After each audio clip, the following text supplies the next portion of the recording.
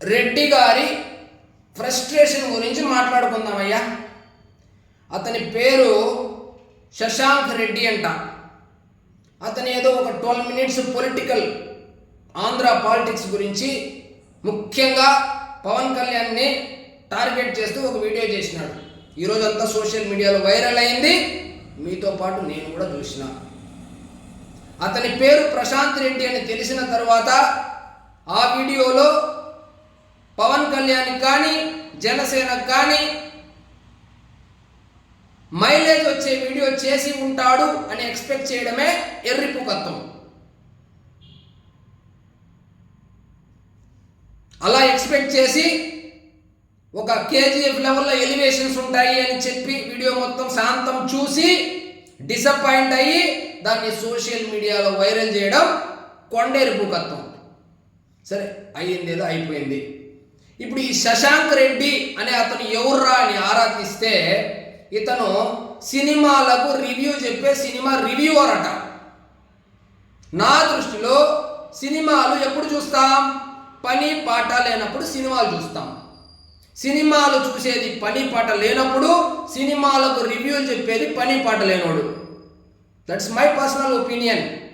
అలాంటి వ్యక్తి ఒక పొలిటికల్ పార్టీని ఎలా నడపాలి, దాని విధి విధానాలు ఎలా ఉండాలి అని లెక్చర్ తీస్తాడు.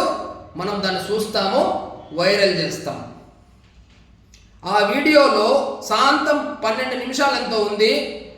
అందులో అండర్ కరెంట్గా అతని కుల గజ్జి తప్పితే నాకేం కనపడలే. ఎప్పుడైతే నేషనల్ మీడియాలో జగన్మోహన్ రెడ్డి ఓడిపోబోతున్నాడు అనేటువంటి ఒక న్యూస్ వచ్చిందో, ఆ అక్కసుతో ఆ ఓటమికి కారణమైన పవన్ కళ్యాణ్ మీద విషం చిమ్మడానికే ఈ వీడియో చేసినాడని నాకు అనిపిస్తూ ఉంది.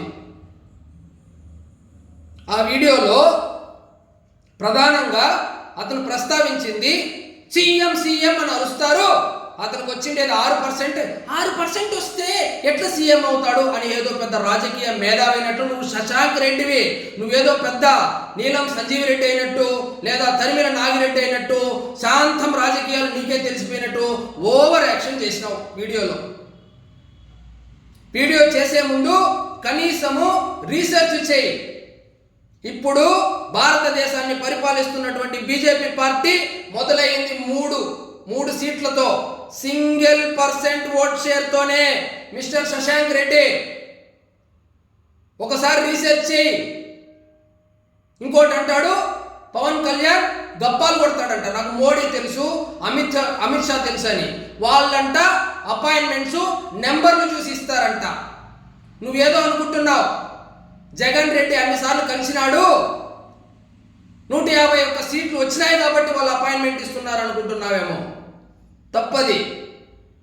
అతని సీటుకి అపాయింట్మెంట్ ఇచ్చినారే కానీ అతనికి అపాయింట్మెంట్ ఇవ్వలేదు. ఆ సీట్లో నువ్వు కూర్చున్నా నీకు కూడా అపాయింట్మెంట్ ఇస్తారు, నెంబర్లు చూసి అపాయింట్మెంట్ ఇస్తారు. ఎక్కువ ప్రియారిటీ చంద్రబాబుకి ఇస్తారు కానీ పవన్ కళ్యాణ్కి ఎందుకు ఇస్తారు అని ఈ వీడియోలో నువ్వు ప్రస్తావించినావు. ఒకసారి రీసెర్చ్ చేయి. 2019 నుంచి ఈ రోజుటి వరకు నరేంద్ర మోడీ కానీ, నడ్డా కానీ, అమిత్ షా కానీ పవన్ కళ్యాణ్ ఎన్నిసార్లు కలిసినారు, చంద్రబాబు నాయుడు ఎన్నిసార్లు కలిసినాడు అనేది బేసిక్ రీసెర్చ్ చేసి తర్వాత వీడియో చేయి.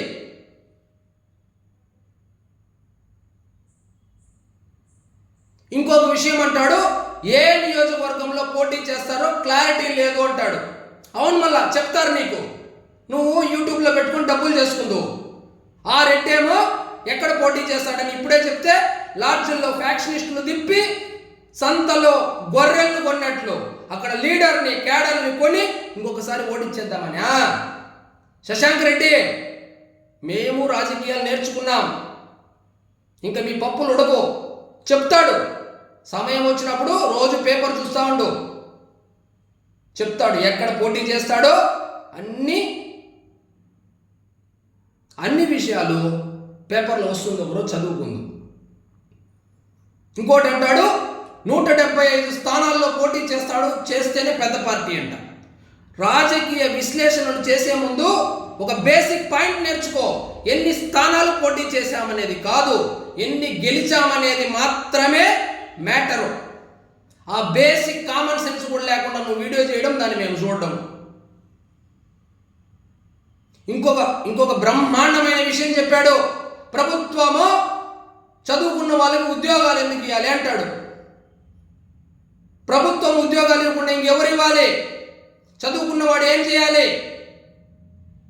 ఎర్రిపూకు@gmail.com అని ఒక జీమెయిల్ అకౌంట్ ఓపెన్ చేసుకొని యూట్యూబ్ ఛానల్ పెట్టుకొని బి గ్రేడ్ సినిమాలు చూసి రివ్యూలు చెప్పుకోవాలనా?